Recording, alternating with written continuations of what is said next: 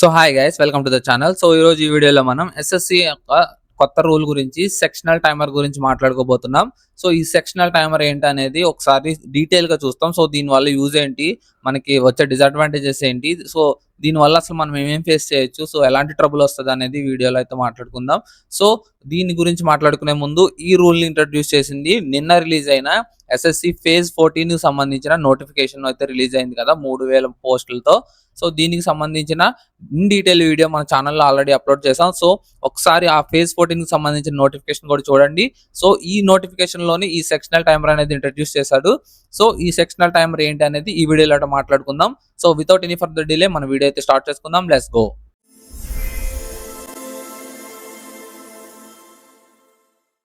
So first one వచ్చేసి ఈ rule ఏంటి, అసలు ఈ రూల్ ఏంటంటే ఎస్ఎస్సి అనేది సెక్షనల్ టైమర్ ఇంట్రడ్యూస్ అయితే చేసింది.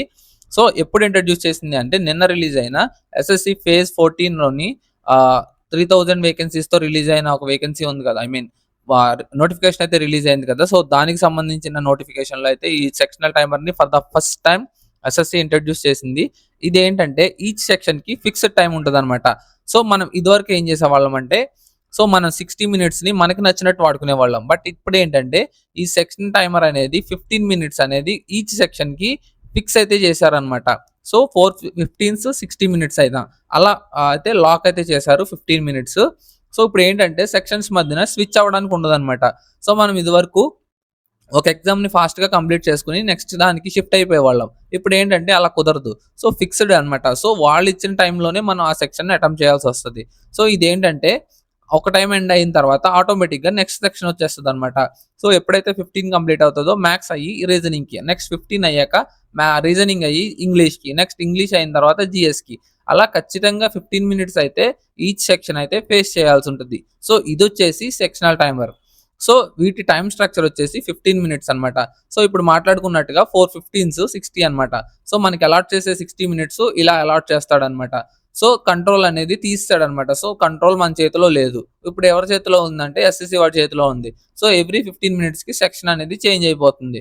Why there is a big change, I mean why this is a big change. ఇది ఎందుకు అంత బిగ్ చేంజ్ అంటే మనకి ఇప్పుడు టైం ఫ్లెక్సిబిలిటీ ఉండదు. సో ఇప్పుడు ఏంటంటే మనకి ఇదివరకు మనం అయితే టైం ఫ్లెక్సిబిలిటీ ఉండేది. సో ఒక దాంట్లో 5 మినిట్స్ 10 మినిట్స్ లో కంప్లీట్ చేసుకుని సో దాన్ని మిగతా దానికి అలాట్ చేసుకునే వాళ్ళం. బట్ ఇప్పుడు ఆ ఫ్లెక్సిబిలిటీ లేదనమాట. Week subject equal to direct class. ఇది ఎందుకన్నామంటే, సో మనం మ్యాథ్స్ లో కొంతమందికి ఫాస్ట్ గా చేయలేకపోవచ్చు. వాళ్ళు ఏం చేస్తారంటే ఇంగ్లీష్ లోను జిఎస్ లోను 5 to 10 మినిట్స్ లో కంప్లీట్ చేసేసి మిగిలిన 40 to 50 మినిట్స్ ని దీనికి అలాట్ చేసుకుంటారు, రీజనింగ్ కి మ్యాథ్స్ కి. బట్ ఇక్కడ ఏంటంటే ఇప్పుడు అలా కుదరదు. ఖచ్చితంగా 15 మినిట్స్ లో అయితే కంప్లీట్ చేయాల్సి ఉంటుంది ఈచ్ సెక్షన్ వచ్చేసి. దానివల్ల ఏమిటంటే ఎవరైతే ఎక్కువ టైం పడుతుంది అనుకుంటారో ఆ సబ్జెక్ట్ లో వాళ్ళకైతే హెవీ లాస్ అయితే ఉంటుంది అనమాట. నెక్స్ట్ వన్ వచ్చేసి స్ట్రాటజీ కంప్లీట్లీ చేంజ్ అవుతుంది. ఎందుకంటే వాళ్ళు ఎలా స్ట్రాటజీ ప్లాన్ చేసుకుంటారంటే జిఎస్ కి 5 మినిట్స్, ఇంగ్లీష్ కి 10 మినిట్స్, మిగతా 45 మినిట్స్ లో 25 మినిట్స్ కి మ్యాథ్స్, అలాగే 20 మినిట్స్ రీజనింగ్. ఇది మాక్సిమం స్ట్రాటజీ అనమాట అందరిది. బట్ ఇప్పుడు ఏంటంటే అందరూ ఫాలో అవ్వాల్సిన ఒకే స్ట్రాటజీ 4 15s. సో ఈ 15s లోనే మళ్ళీ స్ట్రాటజీని ప్లాన్ చేసుకోవాలన్నమాట. సో 15 మినిట్స్ లో ఎలా ఫస్ట్ 2 మినిట్స్ ఏం చేయాలి, నెక్స్ట్ 5 మినిట్స్ ఏం చేయాలి, నెక్స్ట్ 8 మినిట్స్ ఏం చేయాలి, సో ఇలా ప్లాన్ చేసుకుంటే తప్ప ఈ స్ట్రాటజీలు అయితే మారుతూ ఉంటాయి ఎప్పటికప్పుడు. నెక్స్ట్ వచ్చేసి కంబ్యాక్ ఆప్షన్ ఉండదు అనమాట. ఎందుకు కంబ్యాక్ ఆప్షన్ అనేది బిగ్ చేంజ్ అంటే, మనం ఎప్పుడైతే కంప్లీట్ చేసేసుకున్న తర్వాత మళ్ళీ మిస్టేక్స్ వెరిఫై చేసుకుందామని వెనక్కి వస్తాం అనమాట. పేపర్ అయిపోయిన తర్వాత, లేదంటే మనం అన్ని ఫిల్ చేసిన తర్వాత రిటర్న్కి వస్తాం అనమాట. బట్ ఇప్పుడు ఏంటంటే ఇలా రిటర్న్ వచ్చే ఛాన్స్ ఉండదు. సో ఆ సెక్షన్ లోనే మీరు రిటర్న్ రావాలి అనుకుంటే ఆ 15 మినిట్స్ లోనే మీరు 10 మినిట్స్ లో పేపర్ కంప్లీట్ చేసుకోవాలి, లేదా 14 మినిట్స్ లో పేపర్ కంప్లీట్ చేసుకుని లాస్ట్ 1 మినిట్ లేదా లాస్ట్ 5 మినిట్స్ పేపర్ అనేది మళ్ళీ రీచెక్ చేసుకోవాలి. అదే సెక్షన్ కి సంబంధించి మళ్ళీ కొత్త సెక్షన్ కి వెళ్ళడం కుదరదు. సో ఆ 15 మినిట్స్ లోనే ఏదైనా సరే. సో ఓల్డ్ సిస్టమ్ గురించి ఒకసారి న్యూ సిస్టమ్ గురించి మాట్లాడుకుందాం. సో సెక్షన్ చేంజ్ ఎలా ఉంటుంది అంటే ఎప్పటికప్పుడు సెక్షన్ చేంజ్ అవ్వచ్చు. ఇంగ్లీష్ నుంచి జిఎస్ కి, జిఎస్ నుంచి రీజనింగ్ కి, రీజనింగ్ నుంచి అర్థమెటిక్ కి, అలా. నెక్స్ట్ వచ్చేసి ఫ్లెక్సిబుల్ టైమింగ్. అంటే మనం నచ్చినట్టు టైం అలాట్ చేసుకోవచ్చు అనమాట. ఒకదానికి 5, ఒకదానికి 10, ఒకదానికి 15 అలా. నెక్స్ట్ వచ్చేసి రికవరీ పాసిబుల్. అంటే ఏంటంటే మనకి వెనక్కి వచ్చి మళ్ళీ చెక్ చేసేసుకున్న తర్వాత మళ్ళీ అదర్కి వెళ్ళి మళ్ళీ వెనక్కి వచ్చి అలా పాసిబుల్ ఉంటుంది. ఇప్పుడు కొత్త సెక్షన్ లో ఏంటంటే సెక్షన్ స్విచ్చింగ్ ఉండదు. సో సెక్షన్ టు సెక్షన్ మారడం లేదు.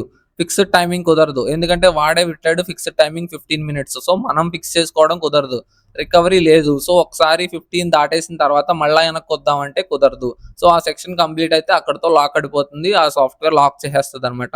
సో అక్కడి నుంచి ఎదరికెళ్ళడానికైతే కుదరదు. సో అక్కడితో ఖేల్ ఖతం. సో కొత్త సిస్టమ్‌ని పాత సిస్టమ్‌కి డిఫరెన్స్ అయితే ఇది. సో నెక్స్ట్ వన్ వచ్చేసి ఇది సీజీఎల్‌కి, సీహెచ్ఎస్ఎల్‌కి వస్తుందా? ఇది డిఫికల్టీ క్వెషన్ అనమాట. సో నా గెస్ ఏంటంటే 100% వస్తది అని అనుకుంటున్నా. ఎందుకంటే ఎస్ఎస్‌సి అనేది నార్మల్‌గా ఒక బోర్డ్‌కి ఒక సంబంధించిన దానికైతే అలాట్ చేయదు ఎప్పుడు. ఎందుకంటే ఒక్కదానికి ఇంట్రడ్యూస్ చేసిందంటే అది ప్రతి దానికి ఇంట్రడ్యూస్ చేస్తది.